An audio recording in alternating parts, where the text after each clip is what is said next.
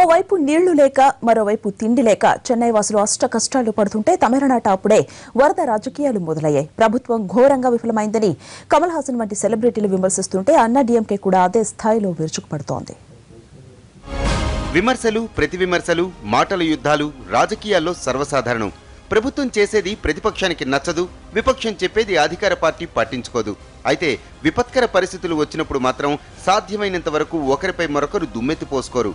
ప్రకృతి వైపరీత్యానికి తమిళనాడు, ముఖ్యంగా చెన్నై మహానగరం దారుణంగా దెబ్బతింటే జయలలిత సర్కారుపై డీఎంకే ఎలాంటి రాజకీయ ఆరోపణలు చేయలేదు.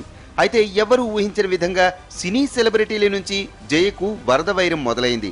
చెన్నైలో వరద బాధితులను ఆదుకోవడంలో రాష్ట్ర ప్రభుత్వం ఘోరంగా విఫలం చెందిందంటూ హీరో కమల్ హాసన్ చేసిన వ్యాఖ్యలు రాజకీయంగా వేడి పుట్టిస్తున్నాయి.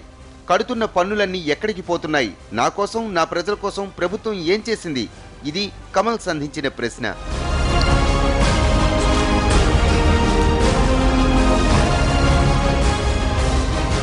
అయితే కమల్ హాసన్ కామెంట్స్ పై జయలలిత నేరుగా స్పందించకపోయినా ఆమె విధేయులంతా కమల్పై ఒంటికాలుపై లేస్తున్నారు. కొందరు వ్యక్తులు రాజకీయ మైలేజీ కోసం కమల్ ఓ పప్పెట్లా మారాడని పన్నీర్ సెల్వం విమర్శించారు. ప్రకృతి వైపరీత్యాలంటే ఒక పాట, ఒక డాన్స్ తో ముగిసిపోయేవి కావంటూ కమల్పై వ్యంగ్యాస్త్రాలు సంధించారు. తమిళనాట పరిస్థితులు చూసి తెలుగు చిత్ర పరిశ్రమ మానవత్వంతో స్పందిస్తే కమల్ మాత్రం విమర్శలతో కాలం గడుపుతున్నారంటూ ఘాటుగా చురకలంటించారు.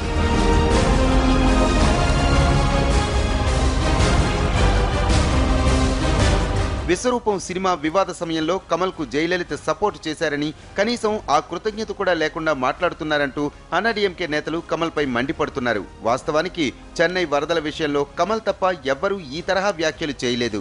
సెలబ్రిటీలు రోడ్డెక్కి సాయం చేస్తుంటే కమల్ మాత్రం భిన్నంగా స్పందించి మాటల దాడిని ఎదుర్కొంటున్నారు.